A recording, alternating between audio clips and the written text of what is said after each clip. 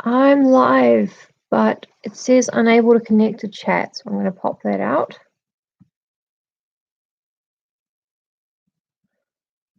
Right, can you read this?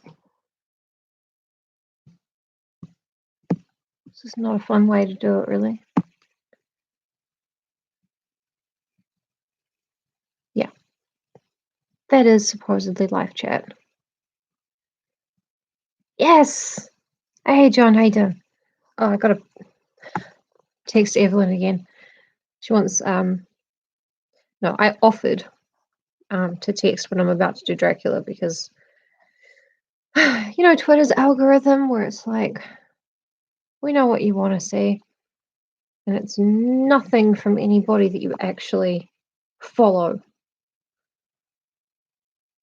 Dracula exclamation mark. That could be to anyone. Yeah.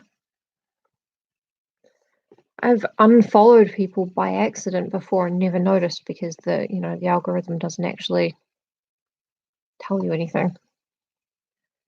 Hey baby. It's Flora. Look. Wanna look at some Dracula? Come on.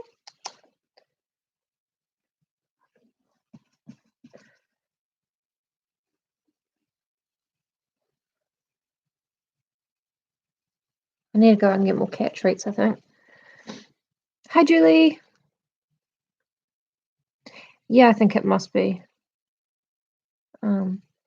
Julie, if you're still listening, thank you for being here. Evelyn, hi. And Julie, if you are at work so you couldn't watch the stream and you're watching it in the future, hello. It's very nice to see you pop in just for a minute. Come on, Flora. She's not saying hello. She needs more cat treats. Oh God, where did I put them? If I were a YouTuber, none of this would be happening, and I would have like a backdrop and a script and everything. But I'm not a YouTuber. I'm just your pal online who tries to give her cat treats. No, look, this bit. This bit is the treat. Look. Ooh.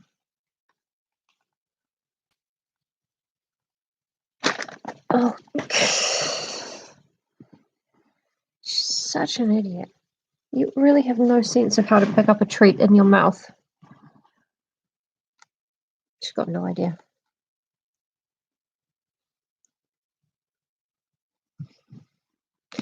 Watching my beautiful angel struggle with the simplest things. Oh, I got a comb in my hair. It's like a snake. That's pretty cool. Couldn't really do anything with my hair, so it just sitting like that. Right, recap time, which we all love. So Mina is still gone.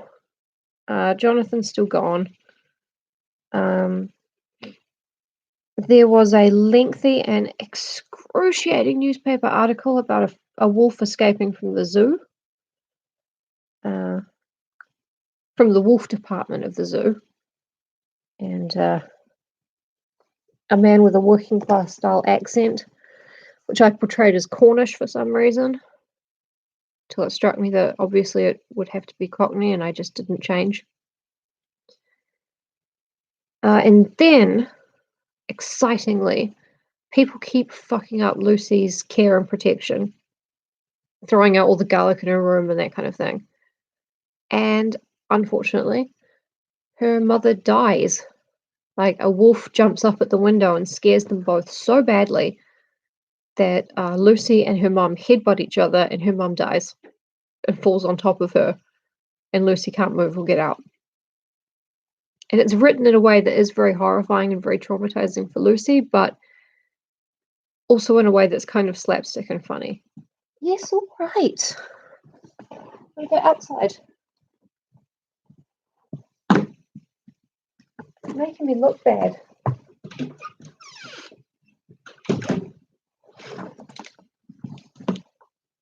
She's the Jake Paul of my home. So yeah, that was pretty much where we left off. It was Lucy's last diary entry that we know of, because she wrote down all this crazy stuff that happened to her and her mother, and then the wolf just kind of went away. And as we know from the newspaper article, the wolf went back to the zoo. Just went back and was like, yeah. No one really did any investigation into where the wolf had gone or what was happening. Yeah, I am going to have to pop out chat, that's fine. They just welcomed him back. Like, oh, wolves find their way home when they're hungry. So Lucy has her diary. Sorry, just getting the chat right. Lucy has her diary. She is lying trapped under the body of her mother, unfortunately. And, oh no, wait, no, sorry. She did, yeah, she did get out from under there when the maids came up. And they sort of laid her mother out on the bed, and Lucy told them to go get some wine because they were so freaked out. And then they never came back, so she went to the next room. The maids had all drunk wine with laudanum in it, and they were all passed out.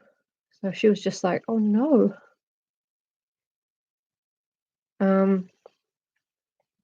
So Lucy has gone back into the room with her mother, or with her mother's body, and she's writing this last letter, pretty much. It's quite sad. She thinks she's probably going to die. And also, Van Helsing went back to Amsterdam, and he sent a message to Dr. Seward to go and sit with Lucy because she was in a lot of danger. And the message went to the wrong place and didn't arrive until 22 hours later. So Dr. Seward should have been there, but he wasn't. And that's why Lucy is however she is at this point. All right, just tidying myself up, which isn't working. Right, so that was the recap. Also, I think Renfield has still been kind of feisty and calming down again at off times. So goodbye, dear Arthur, if I should not survive this night. God keep you, dear, and God help me, says Lucy. And in chapter 12, Dr. Seward's diary. I think we can start. It's been like 8 minutes. We can start. 18th of September. I drove at once to Hillingham and arrived early. Keeping my cab at the gate, I went up the avenue alone. I knocked gently and rang as quietly as possible, for I feared to disturb Lucy or her mother, and hoped to only bring a servant to the door. After a while, finding no response, I knocked and rang again. Still no answer. I cursed the laziness of the servants that they should now lie abed at such an hour, for it was now 10 o'clock, and so rang and knocked again, but more impatiently and still without response. Hitherto I had blamed only the servants, but now a terrible fear began to assail me. Was this desolation but another link in the chain of doom which seemed drawing tight around us? Was it indeed a house of death to which I had come too late? I knew that minutes, even seconds of delay might mean hours of danger to Lucy, if she had had again one of those frightful relapses, and I went round the house to try if I could find by chance an entry anywhere. I could find no means of ingress. Every window and door was fastened and locked, and I returned baffled to the porch. As I did so, I heard the rapid pit-pat of a swiftly driven horse's feet. Horses don't have feet, idiot. They have some kind of claw-foot mechanism, I believe. They stopped at the gate, and a few seconds later I met Van Helsing running up the avenue. When he saw me, he gasped out, "Then it was you, and just arrived. How is she? Are we too late? Did you not get my telegram?" Spoilers, he didn't. I answered as quickly and coherently as I could that I had only got his telegram early in the morning and had not lost a minute in coming here, and that I could not make anyone in the house hear me. He paused and raised his hat as he said solemnly, "Then I fear we are too late. God's will be done." With his usual recuperative energy, he went on, "Come, if there be no way open to get in, we must make one. Time is all in all to us now." Forgot to do the accent for Van Helsing. Gonna pick that one straight back up again. We went round to the back of the house where there was a kitchen window. The professor took a small surgical saw from his case and, handing it to me, pointed to the iron bars which guarded the window. I attacked them at once and had very soon cut through 3 of them. Then with a long, thin knife we pushed back the fastening of the sashes and opened the window. I helped the professor in and followed him. There was no one in the kitchen or in the servants' rooms, which were close at hand. We tried all the rooms as we went along, and in the dining room, dimly lit by rays of light through the shutters, found 4 servant women lying on the floor. There was no need to think them dead, for their stertorous breathing and the acrid smell of laudanum in the room left no doubt as to their condition. It's kind of nice, actually. They just drugged the servants and didn't actually kill them. Van Helsing and I looked at each other, and as we moved away, he said, "We can attend to them later." Then we ascended to Lucy's room. For an instant or two we paused at the door to listen, but there was no sound that we could hear. With white faces and trembling hands, we opened the door gently and entered the room. Sorry, I'm just so allergic to Jackson. It's bullshit. And to whatever dust I stirred up on the carpet. How shall I describe what we saw? On the bed lay 2 women, Lucy and her mother. The latter lay farthest in, and she was covered with a white sheet, the edge of which had been blown back by the draught through the broken window, showing the drawn, white face with a look of terror fixed upon it. By her side lay Lucy, with face white and still more drawn. The flowers which had been round her neck we found upon her mother's bosom, and her throat was bare, showing the 2 little wounds which we had noticed before, but looking horribly white and mangled. Without a word, the professor bent over the bed, his head almost touching poor Lucy's breast, and then he gave a quick turn of his head as of one who listens, and leaping to his feet, he cried out to me, "It is not yet too late. Quick, quick, bring the brandy." I flew downstairs and returned with it, taking care to smell and taste it, lest it too were drugged like a decanter of sherry which I found on the table. It's the first smart thing he's done, I think. The maids were still breathing, but more restlessly, and I fancied that the narcotic was wearing off. I did not stay to make sure, but returned to Van Helsing. Fuck them, right? He rubbed the brandy, as on another occasion, on her lips and gums, and on her wrists and the palms of her hands. Rubbing people's wrists and hands and feet and ankles, kind of supposed to bring the circulation back. Don't know if it works, doesn't matter. I can do all that can be at the present. You go wake those maids. Flick them in the face with a wet towel, and flick them hard. Make them get heat and fire and a warm bath. This poor soul is nearly as cold as that beside her. She will need be heated before we can do anything more. Van Helsing's not going to have a good accent today, but I'm still going to try a little bit. So I went at once and found very little difficulty in waking 3 of the women.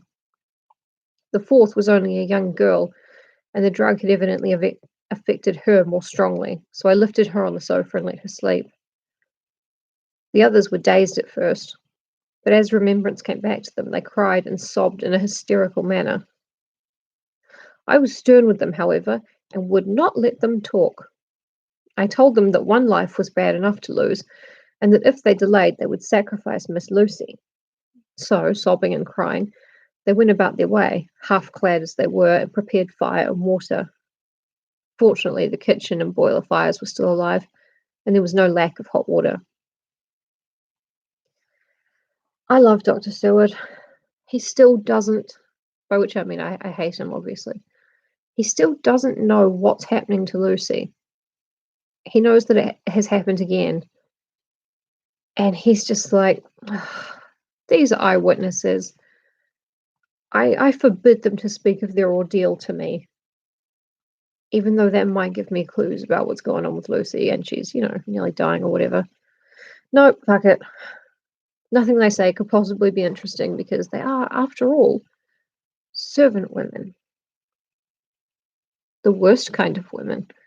Alex, hey! Just shaking my lipstick in the camera. Dr. Seward and Van Helsing have just arrived at Lucy's place, and they found her mother dead and Lucy very, barely alive. Sorry. And the maids that were drugged have come round, apart from the youngest one, who's still kind of out of it. And Dr. Seward really doesn't want to hear whatever they've got to say about what happened. This? Yeah, no, that's my light. Yeah, he's just like, okay, so a full human body's worth of blood goes missing from Lucy a few times, and you know what? Van Helsing will tell me when he feels the moment is right. And until then, best not to think about it. Some things just aren't my business. Not a great doctor, a much worse detective. We got a bath and carried Lucy out as she was and placed her in it. Whilst we were busy chafing her limbs, I'm sure you were, there was a knock at the hall door. One of the maids ran off, hurried on some more clothes, and opened it. Then she returned and whispered to us that there was a gentleman who had come with a message from Mr. Homewood. Mr. Homewood being Lucy's fiancé, I'm sure we all remember that. I bade her simply tell him that he must wait, for we could see no one now. She went away with the message, and, engrossed with our work, I clean forgot all about him. I never saw in all my experience the professor work in such deadly earnest. I knew, as he knew, that it was a stand-up fight with death, and in a pause told him so. He answered me in a way that I did not understand, but with the sternest look that his face could wear. If that were all, I would stop here where we are now and let her fade away into peace, for I see no light in life over her horizon. He went on with his work with, if possible, renewed and more frenzied vigour. Presently, we both began to be conscious that the heat was beginning to be of some effect. Lucy's heart beat a trifle more audibly to the stethoscope, and her lungs had a perceptible movement. Van Helsing's face almost beamed, and as we lifted her from the bath and rolled her in a hot sheet to dry her, he said to me, "The first gain is ours. Check to the king." It really is just a game, isn't it? A game of owns. We took Lucy into another room, which had by now been prepared, and laid her in bed and forced a few drops of brandy down her throat. I noticed that Van Helsing tied a soft silk handkerchief round her throat. She was still unconscious, and was quite as bad as, if not worse than, we had ever seen her. Oh, hello to the other person who's just joined us. Hey! Lucy's still alive, but only just, and the hero doctors are heroically bathing her. I mean, they're trying to raise her blood temperature, her body temperature, and get the blood flowing, I guess, but it's a little bit sketchy. Just a little bit. Van Helsing called in one of the women and told her to stay with her and not to take her eyes off her till we returned, and then beckoned me out of the room. "We must consult as to what is to be done," he said as we descended the stairs. In the hall, he opened the dining room door, and we passed in, he closing the door carefully behind him. The shutters had been opened, but the blinds were already down, with that obedience to the etiquette of death which the British woman of the lower classes always rigidly observes. The lower classes, always mourning and going along with the rituals of grief. can't they be more like the middle classes and just repress until one day you walk in front of a train and then your family never mentions it again? I don't know a lot about middle class people, I'm sorry. The room was, therefore, dimly dark. It was, however, light enough for our purposes. Van Helsing's sternness was somewhat relieved by a look of perplexity. He was evidently torturing his mind about something, so I waited for an instant, and he spoke. What are we to do now? Where are we to turn for help? We must have another transfusion of blood, and that soon, or the poor girl's life won't be worth an hour's purchase. You are exhausted already. I am exhausted too. I fear to trust those women, even if they would have the courage to submit. What are we to do for someone who will open his veins for her? What's the matter with me, anyhow? The sexy voice came from the sofa across the room, the lucky sofa that had received the butt of none other than Quincy Morris. Oh, I'm sorry, I misread that. The voice came from the sofa across the room, and its tones brought relief and joy to my heart, for they were those of Quincy Morris. Quincy's back! And since Quincy is back, time to remind you all of the theory that is widespread, and I'm very much looking forward to exploring in this reading, that Quincy Morris is in league with Dracula. Just bear with. Van Helsing started angrily at the first sound, but his face softened and a glad look came into his eyes as I cried out, Quincy Morris, and rushed towards him with outstretched hands. Who among us would not? What brought you here? I cried as our hands met. I guess art is the cause. He handed me a telegram. Have not heard from Seward for 3 days and am terribly anxious. Cannot leave. Father still in same condition. Send me word how Lucy is. Do not delay. Homeward. I think I came just in the nick of time. You know you have only to tell me what to do. Van Helsing strode forward and took his hand, looking him straight in the eyes as he said, A brave man's blood is the best thing on this earth when a woman is in trouble. You're a man and no mistake. Well, the devil may work against us for all he's worth, but God sends us men when we want them. Fuck, I can't do the accent at all. I've lost it. But I mean, God does not send us men when we want them. Believe me. And I'm definitely not doing an accent for Quincy Morris because it's just going to descend into farce. Today, sadly, not brought to you by Diet Coke because I ran out, and not brought to you by water because I was falling asleep. Today is brought to you by the V Share Pack. You're supposed to share it.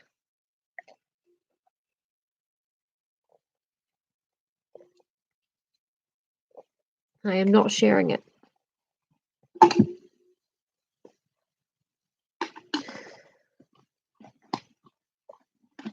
Once again, we went through that ghastly operation. I have not the heart to go through with the details. The blood transfusion.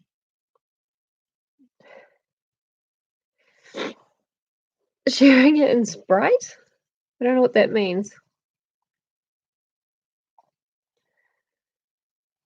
I know, they're not for sharing.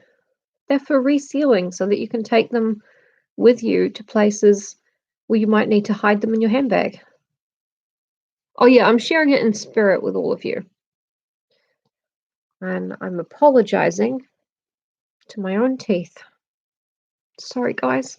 At least I'm using a straw, hey? Right, so they're doing a blood transfusion from Quincy Morris now. Lucy had got a terrible shock, and it told on her more than before, for though plenty of blood went into her veins, her body did not respond to treatment as well as on the other occasions. Clue number 1. Quincy Morris is a Draculite. Her struggle back into life was something frightful to see and hear. However, the action of both heart and lungs improved, and Van Helsing made a subcutaneous injection of morphia, as before, and with good effect. Her faint became a profound slumber. The professor watched whilst I went downstairs with Quincy Morris and sent one of the maids to pay off one of the cabmen who were waiting.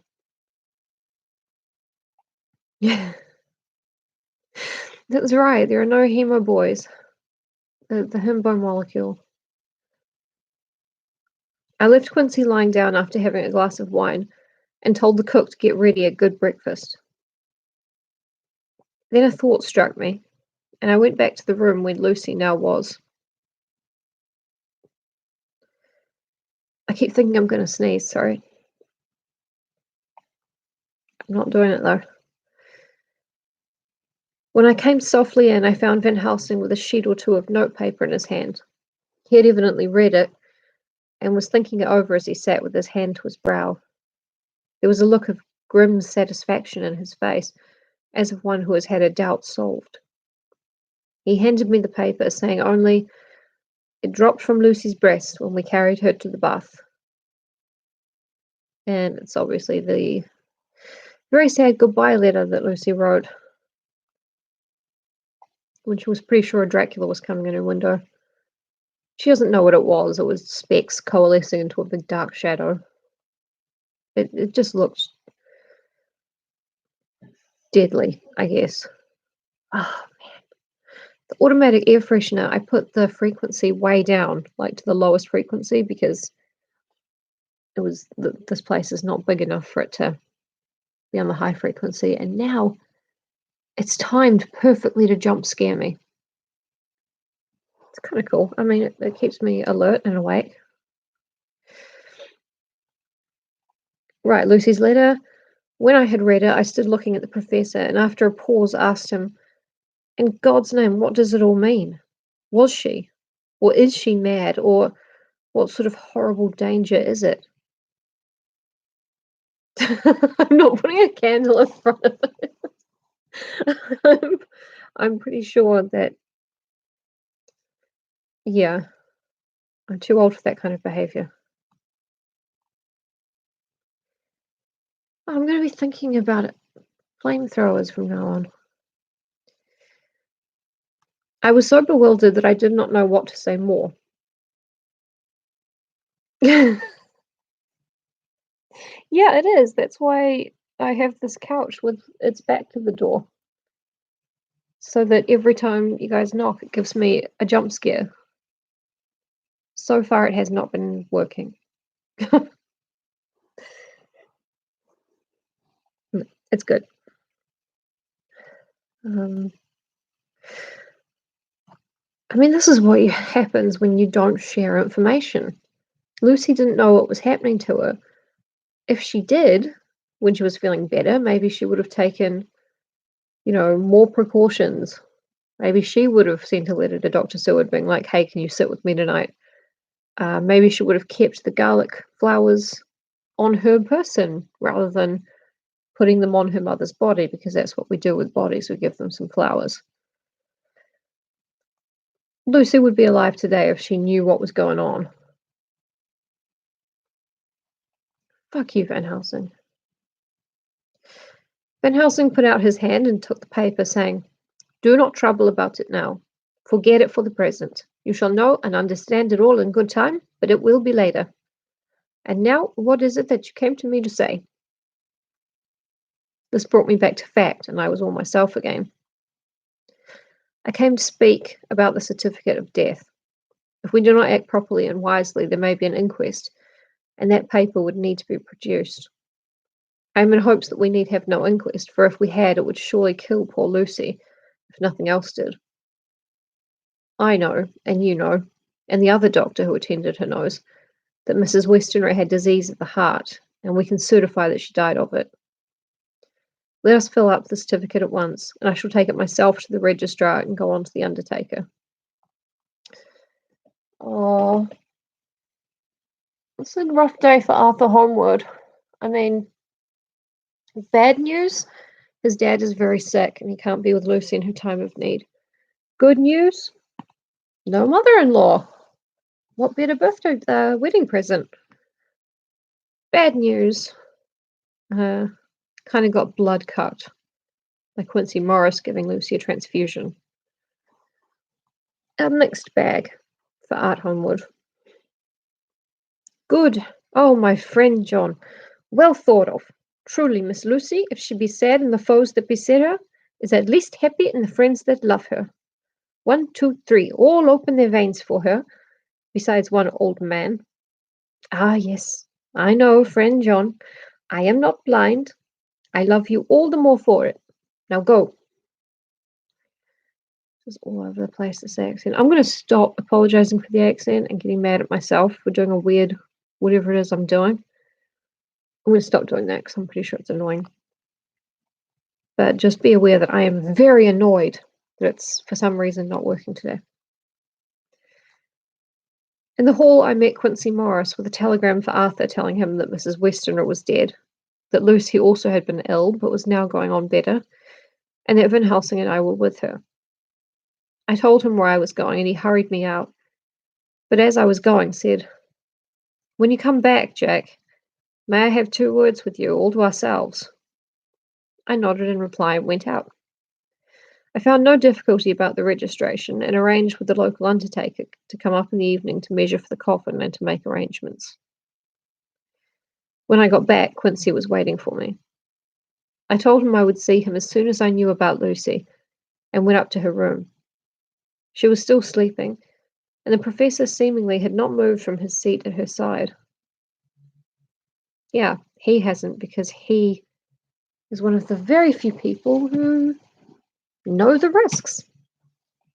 Oh, it's not his fault no one else knows the risks. Oh, yeah, it is, though. It is his fault. You are killing this girl, Van Helsing. Sorry.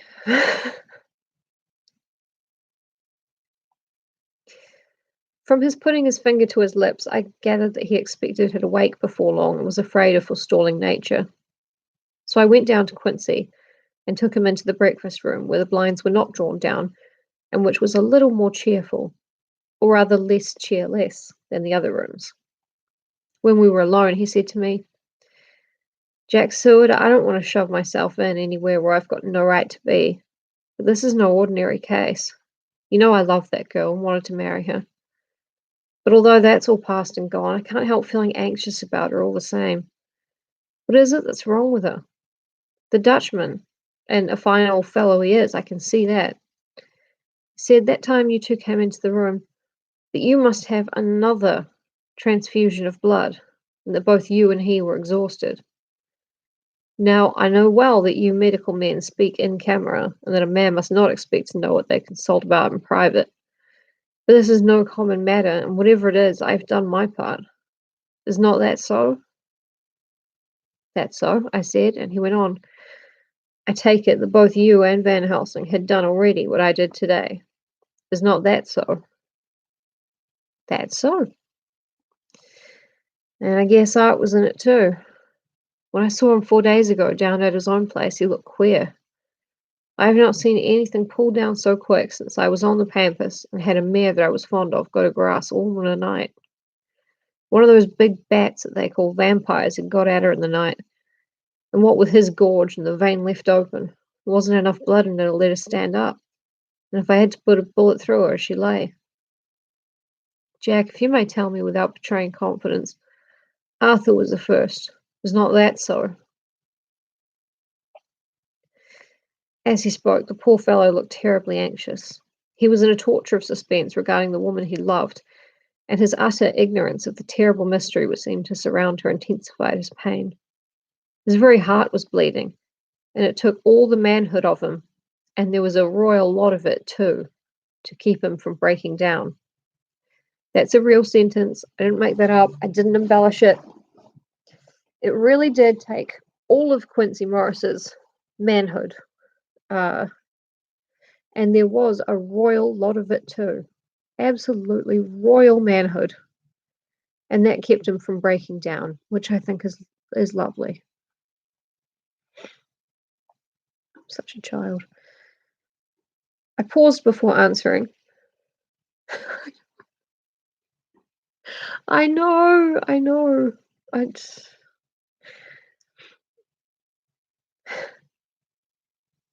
Oh, this is also one of the come to the light.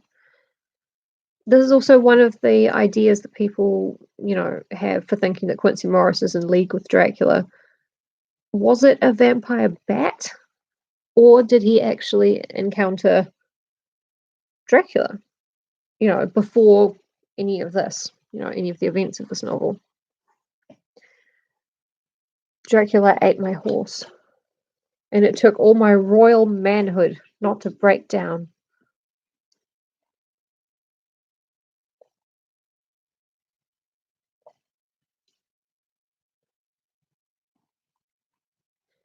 Taste of V always reminds me of doing the haunted house.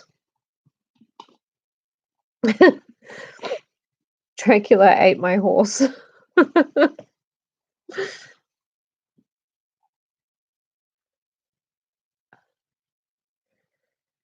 Horse.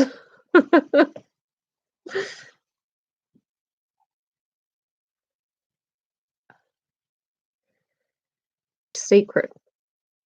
But already he knew so much and guessed so much that there could be no reason for not answering. So I answered in the same phrase. That's so. And how long has this been going on? About 10 days. 10 days! And I guess, Jack Seward, that poor pretty creature that we all love has had put into her veins within that time the blood of 4 strong men. Man alive, her body wouldn't hold it. Then, coming close to me, he spoke in a fierce half-whisper. What took it out? I shook my head. That, I said, is the crux. Van Helsing is simply frantic about it, and I am at my wit's end. I can't even hazard a guess. There has been a series of little circumstances which have thrown out all our calculations as to Lucy being properly watched, but these shall not occur again. Here we stay until all be well. Or ill. Quincy held out his hand. Count me in, he said. You and the Dutchman will tell me what to do, and I'll do it. When she woke late in the afternoon, Lucy's first movement was to feel in her breast, and to my surprise, produce the paper which Van Helsing had given me to read. The careful professor had replaced it where it had come from, lest on waking she should be alarmed. Her eye then lit on Van Helsing, and on me too, and gladdened. Then she looked round the room, and seeing where she was, shuddered. She gave a loud cry and put her poor thin hands before her pale face. We both understood what that meant, that she had realized to the full her mother's death, so we tried what we could to comfort her. Doubtless sympathy eased her somewhat, but she was very low in thought and spirit, and wept silently and weakly for a long time. We told her that either or both of us would now remain with her all the time, and that seemed to comfort her.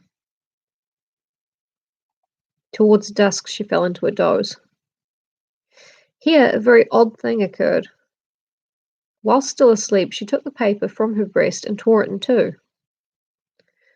Oh my god, I can't believe she tore her breast in two. That's weird. But you know what? It's her body. More power to her, honestly.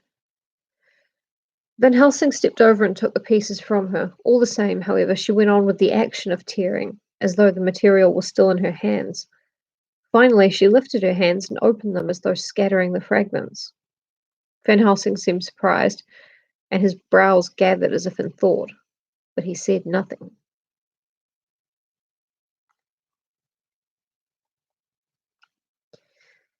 19th of September. All last night she slept fitfully, being always afraid to sleep, and something weaker when she woke from it. The professor and I took it in turns to watch, and we never left her for a moment unattended. Quincy Morris said nothing about his intention, but I knew that all night long he patrolled round and round the house. When the day came, its searching light showed the ravages in poor Lucy's strength. She was hardly able to turn her head, and the little nourishment which she could take seemed to do her no good. At times she slept, and both Van Helsing and I noticed the difference in her between sleeping and waking. Whilst asleep, she looked stronger, although more haggard, and her breathing was softer.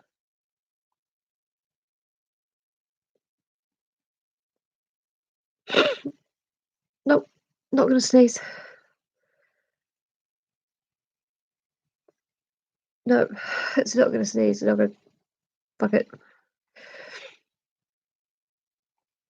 Whilst asleep, she looked stronger, although more haggard, and her breathing was softer. Her open mouth showed the pale gums drawn back from the teeth, which thus looked positively longer and sharper than usual. When she woke, the softness of her eyes evidently changed the expression, for she looked her own self, although a dying one.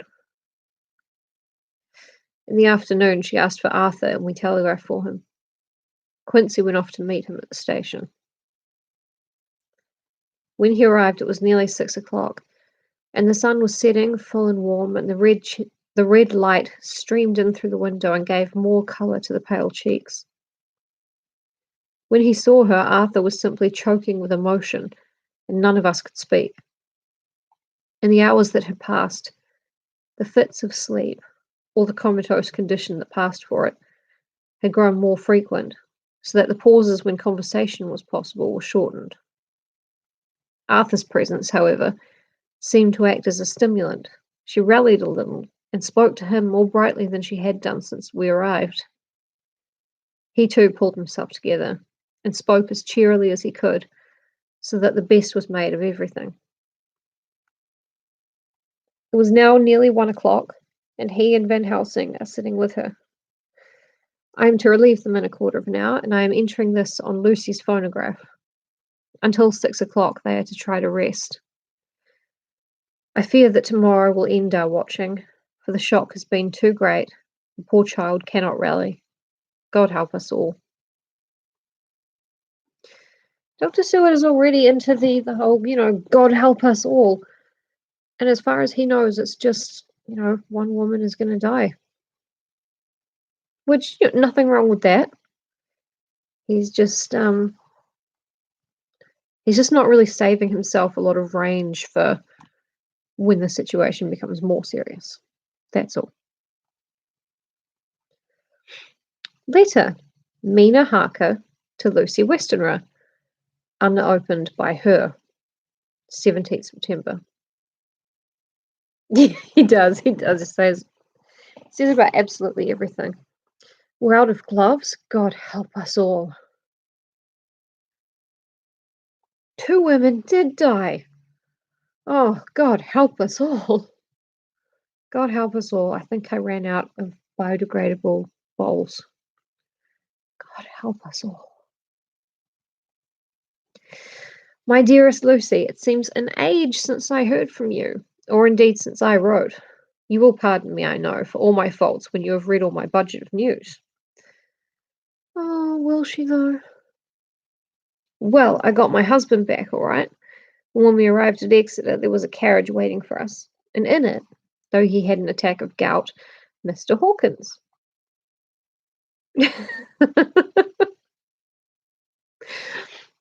Yeah, I don't think God has any jurisdiction over goats. We used to have goats.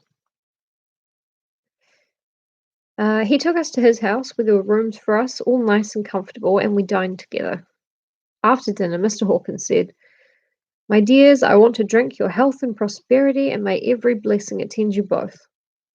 I've known you both from children, and I have with love and pride seen you grow up. Now I want you to make your home here with me. I have left to me neither chick nor child. All are gone, and in my will I have left you everything.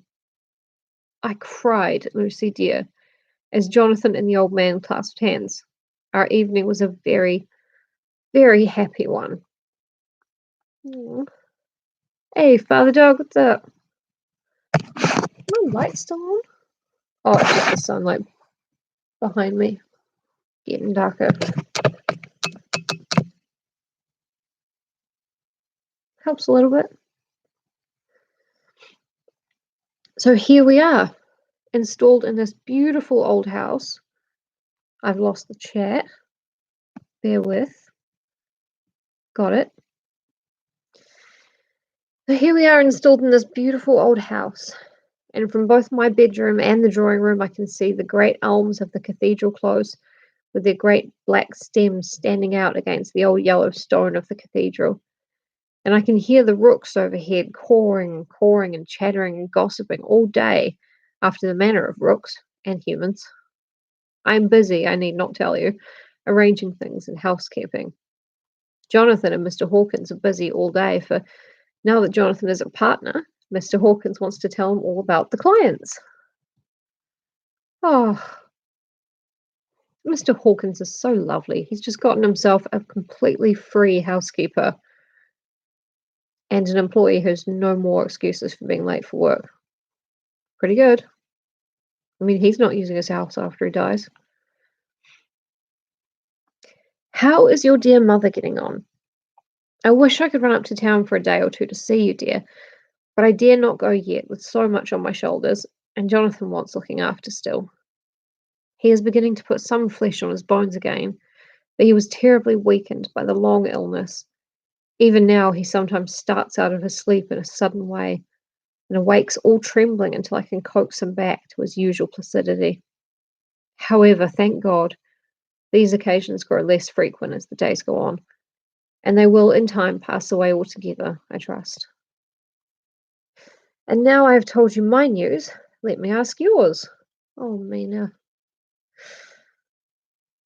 When are you to be married, and where, and who is to perform the ceremony, and what are you to wear, and is it to be a public or private wedding? Tell me all about it, dear. Tell me all about everything, for there is nothing which interests you which will not be dear to me. Jonathan asked me to send his respectful duty, but I do not think that is good enough from the junior partner of the important firm, Hawkins and Harker. And so, as you love me, and he loves me, and I love you with all the moods and tenses of the verb, I send you simply his love instead. Goodbye, my dearest Lucy, and all blessings on you. Yours, Mina Harker. Yeah, a little bit sad. It would have been sadder if Lucy did get to read it, while she was trapped under her dead mother. That would have been sadder. She would have been like, "Oh, what's my news, Mina? Not great."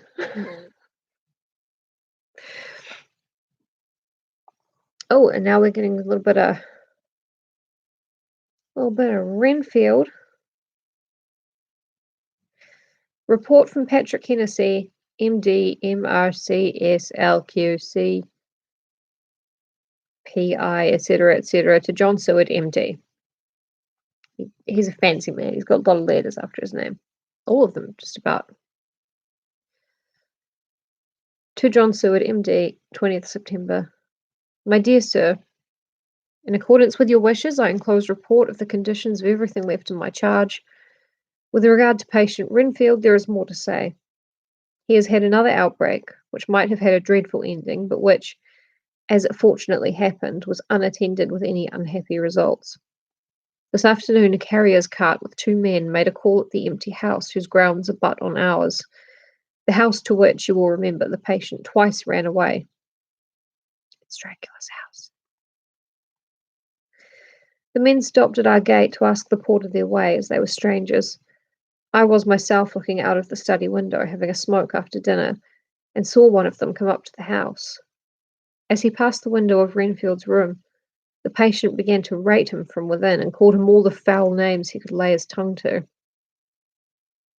The man, who seemed a decent fellow enough, contented himself by telling him to shut up for a foul-mouthed beggar, whereon our man accused him of robbing him and wanting to murder him, and said that he would hinder him if he were to swing for it. I opened the window and signed to the man not to notice, so he contented himself, after looking the place over and making up his mind as to what kind of a place he had got to, by saying, "Lord bless you, sir, I wouldn't mind what was said to me in a bloomin' madhouse. I pity you and the governor for having to live in this house with a wild beast like that." Then he asked his way civilly enough, and I told him where the gate of the empty house was. He went away, followed by threats and curses and revilings from our man. It's kind of weird not mentioning this character before, in any way. Not the guy who needs directions, the assistant. Yeah, that's fine. It's all good. I went down to see if I could make out any cause for his anger, since he is usually such a well-behaved man, and except his violent fits, nothing of the kind had ever occurred. I found him, to my astonishment, quite composed and most genial in his manner. I tried to get him to talk of the incident, but he blandly asked me questions as to what I meant, and led me to believe that he was completely oblivious of the affair. It was, I am sorry to say, however, only another instance of his cunning, for within half an hour I heard of him again. Renfield's just like, I didn't do nothing, and the doctor's like, well, maybe he didn't do nothing. And like, God, I can't believe he keeps outsmarting us. How? And also, sometimes I look into the mirror in the bathroom and I see a man who looks just like me. He tricks me too. This time he had broken out through the window of his room and was running down the avenue. I called to the attendants to follow me and ran after him, for I was feared he was intent on some mischief. My fear was justified when I saw the same cart which had passed before coming down the road, having on it some great wooden boxes. You remember the great wooden boxes? The ones with Dracula dirt in them? Special potting soil that's for Draculas. The men were wiping their foreheads and were flushed in the face, as if with violent exercise.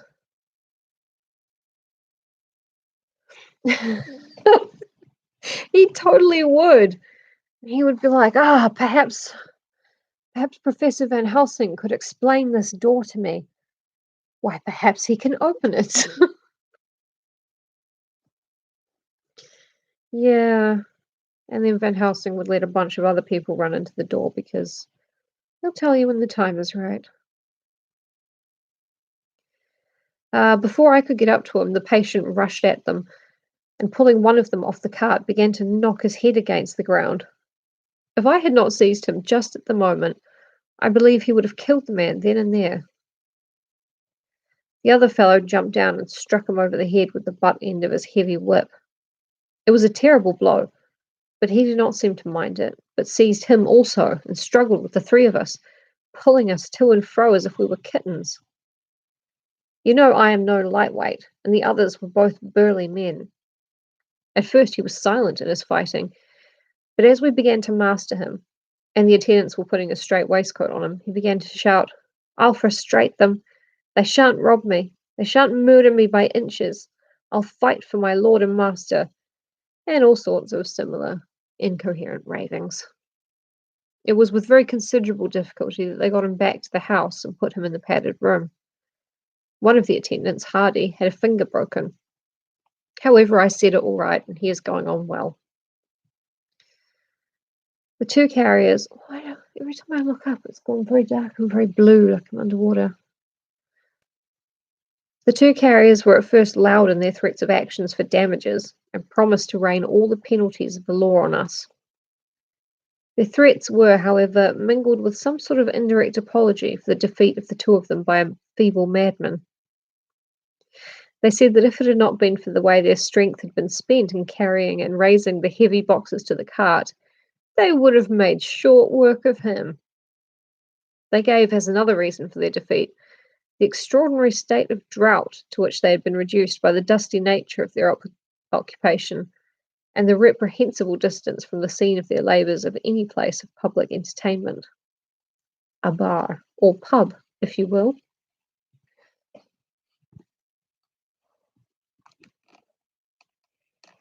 Turn it this way. Turn it this way. Yeah, it's very yellow. Doesn't matter, sorry.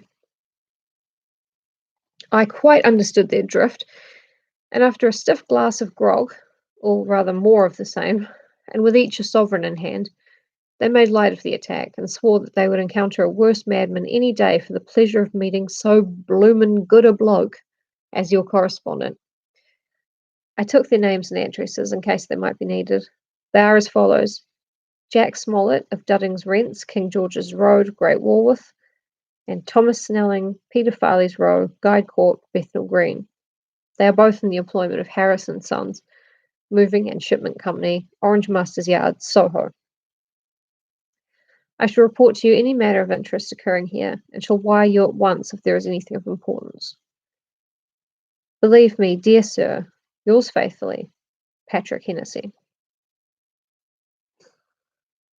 Probably the last we'll see of Patrick Hennessy. Could be. Sorry, I'm just checking ahead a little bit. Oh, just skimming. Letter, Mina Harker to Lucy Westenra, unopened by her. 18th September. My dearest Lucy, such a sad blow has befallen us. Mr. Hawkins has died very suddenly.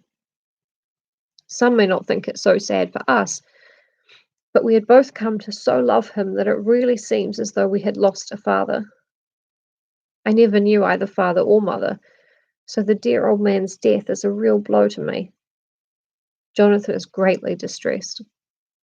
It is not only that he feels sorrow, deep sorrow, for the dear, good man who has befriended him all his life, and now at the end has treated him like his own son, and left him a fortune which to people of our modest bringing up is wealth beyond the dream of avarice. But Jonathan feels it on another account. He says the amount of responsibility which it puts upon him makes him nervous. He begins to doubt himself. I try to cheer him up, and my belief in him helps him to have a better belief in himself. But it is here that the grave shock that he experienced tells upon him the most.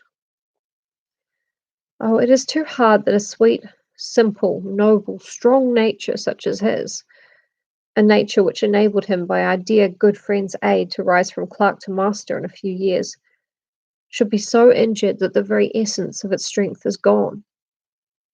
Forgive me, dear, if I worry you with my troubles in the midst of your own happiness.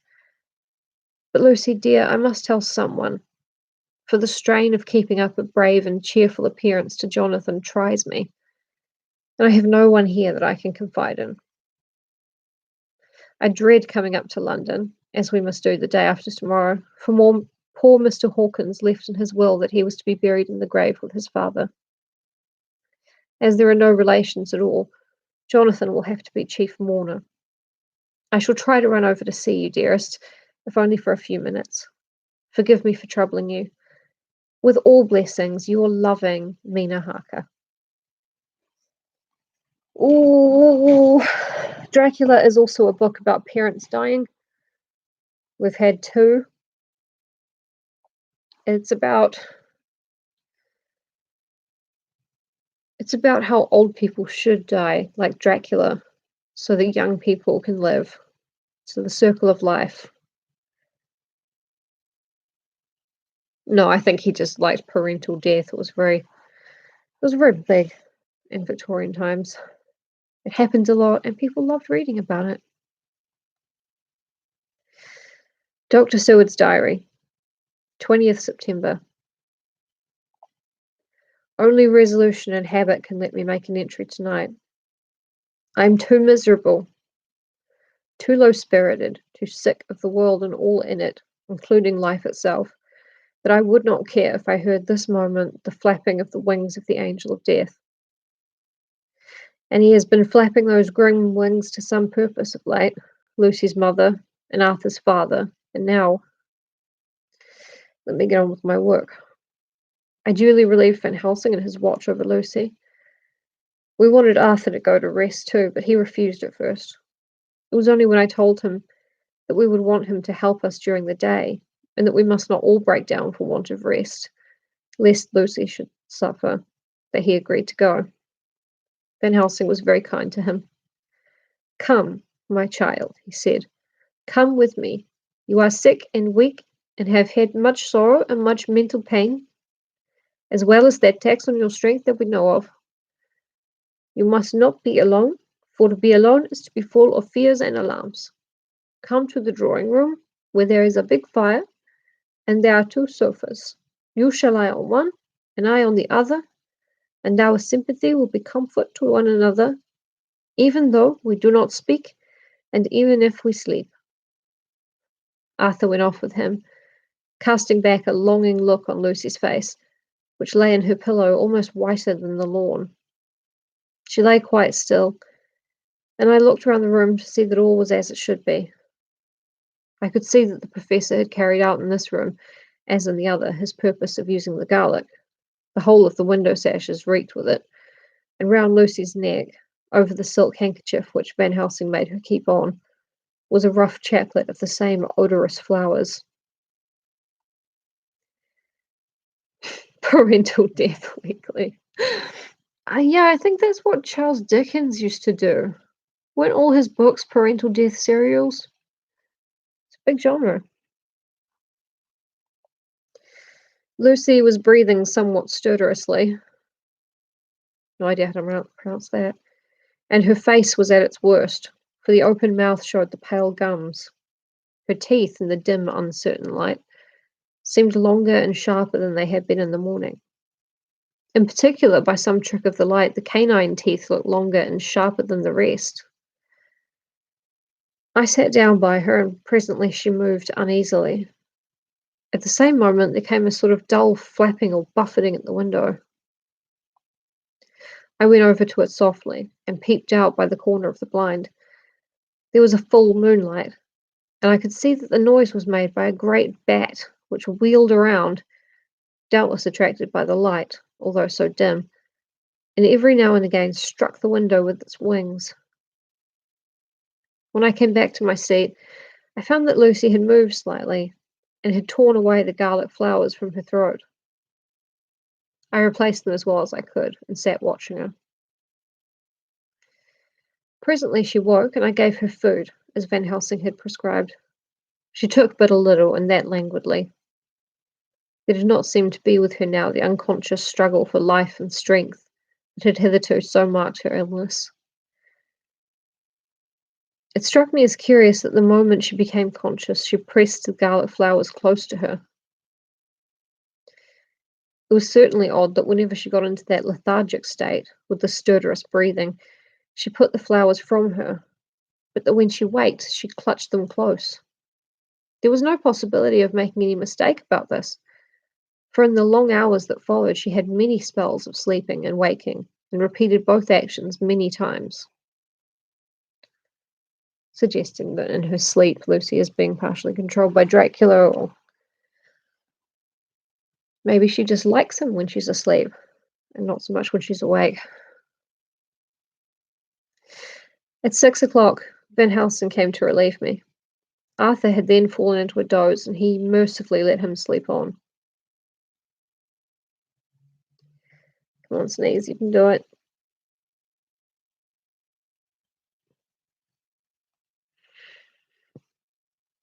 You can't do it. Can't do it.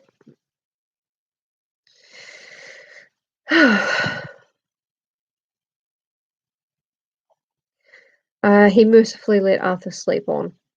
When he saw Lucy's face, I could hear the hissing indraw of his breath, and he said to me in a sharp whisper, "Draw up the blind. I want light." Then he bent down, and with his face almost touching Lucy's, examined her carefully. He removed the flowers and lifted the silk handkerchief from her throat. As he did so, he started back, and I could hear his ejaculation, "Mein Gott," as it was smothered in his throat. I bent over and looked too, and as I noticed, some queer chill came over me. The wounds on the throat had absolutely disappeared. We don't need to laugh at the word ejaculation just yet. We can just crack on with the story, and then, you know, at the end we'll recap and we can talk about funny words. For fully 5 minutes, Van Helsing stood looking at her with his face at its sternest. Then he turned to me and said calmly, "She is dying. It will not be long now. It will be much difference, mark me, whether she dies conscious or in your sleep. Wake that poor boy, and let him come and see the last. He trusts us, and we have promised him." I went to the dining room and waked him. He was dazed for a moment, but when he saw the sunlight streaming in through the edges of the shutters, he thought he was late and expressed his fear. I assured him that Lucy was still asleep, but told him as gently as I could that both Van Helsing and I feared that the end was near. He covered his face with his hands and slid down on his knees by the sofa, where he remained perhaps a minute with his head buried, praying, whilst his shoulders shook with grief. "Come," I said, "my dear old fellow. Summon all your fortitude. It will be best and easiest for her." When we came into Lucy's room, I could see that Van Helsing had, with his usual forethought, been putting matters straight and making everything look as pleasing as possible. He had even brushed Lucy's hair so that it lay on the pillow in its usual sunny ripples. Evidence for Lucy being blonde. This will be important later. When we came into the room, she opened her eyes and, seeing him, whispered softly, "Arthur, oh my love, I am so glad you have come." He was stooping to kiss her when Van Helsing motioned him back. "No," he whispered, "not yet. Hold her hand, it will comfort her more." So Arthur took her hand and knelt beside her, and she looked her best, with all the soft lines matching the angelic beauty of her eyes. "Jack, rein it in." Then gradually her eyes closed, and she sank to sleep. For a little bit her breast heaved softly, and her breath came and went like a tired child's. And then insensibly there came the strange change which I had noticed in the night. Her breathing grew stertorous, the mouth opened, and the pale gums, drawn back, made the teeth look longer and sharper than ever. In a sort of sleepwalking, vague, unconscious way, she opened her eyes, which were now dull and hard at once, and said in a soft, voluptuous voice, such as I had never heard from her lips, "Arthur, oh my love, I am so glad you have come. Kiss me. Oh, Arthur, do kiss me, won't you?" Dr. Seward's thinking, "It's the sexiest thing I've ever heard. My God." Arthur bent eagerly over to kiss her, but at that instant Van Helsing, who like me had been startled by her voice, swooped upon him and, catching him by the neck with both hands, and dragged him back with a fury of strength which I never thought he could have possessed, and actually hurled him almost across the room. "Not for your life," he said. "Not for your living soul and hers." And he stood between them like a lion at bay. Arthur was so taken aback that he did not for a moment know what to do or say, and before any impulse of violence could seize him, he realized the place and the occasion, and stood silent, waiting. I kept my eyes fixed on Lucy, as did Van Helsing, and we saw a spasm as of rage flit like a shadow over her face. The sharp teeth champed together. Then her eyes closed, and she breathed heavily. Very shortly after, she opened her eyes in all their softness, and putting out her poor, pale, thin hand, took Van Helsing's great brown hand, that is. Drawing it to her, she kissed it. "My true friend," she said, in a faint voice, but with untellable pathos. "My true friend, and his. Oh, guard him, and give me peace." "I swear it," he said solemnly, kneeling beside her and holding up his hand, as one who registers an oath. Then he turned to Arthur and said to him, "Come, my child, take her hands in yours, and kiss her on the forehead, and only once." Their eyes met instead of their lips, and so they parted. Lucy's eyes closed, and Van Helsing, who had been watching closely, took Arthur's arm and drew him away. And then Lucy's breathing became stertorous again, and all at once it ceased. "It is all over," said Van Helsing. "She is dead."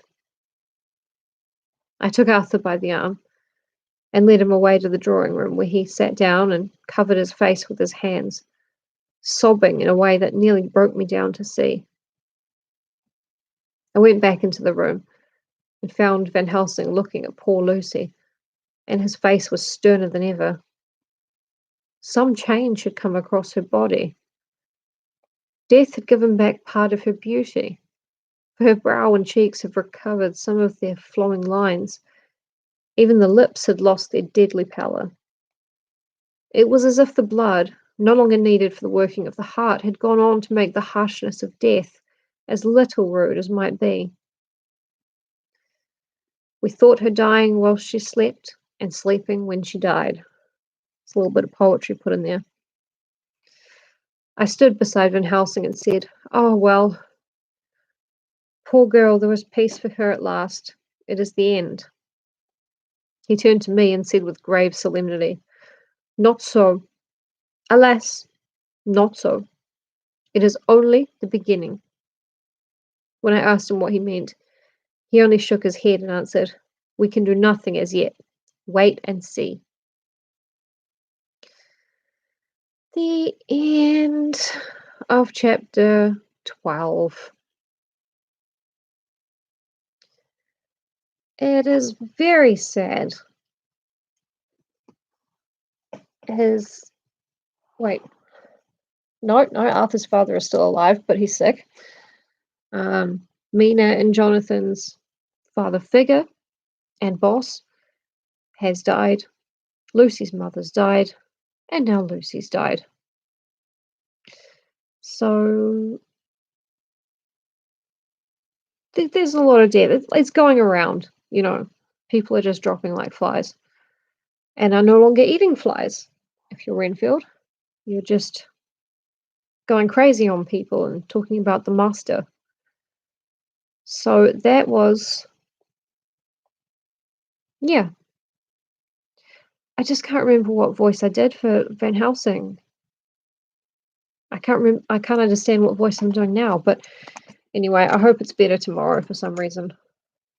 Just for no reason. I just hope I get suddenly better at things without any effort, because I was a gifted child and that's just what we do.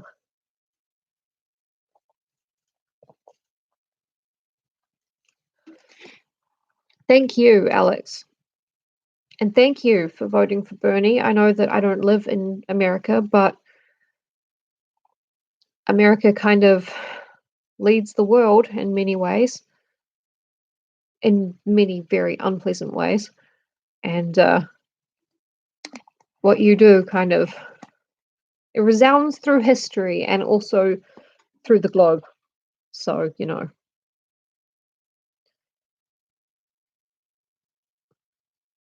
Oh, that's cool. I could buy a Bernie shirt. I could make a Bernie shirt. He's my grandpa now. I've just decided.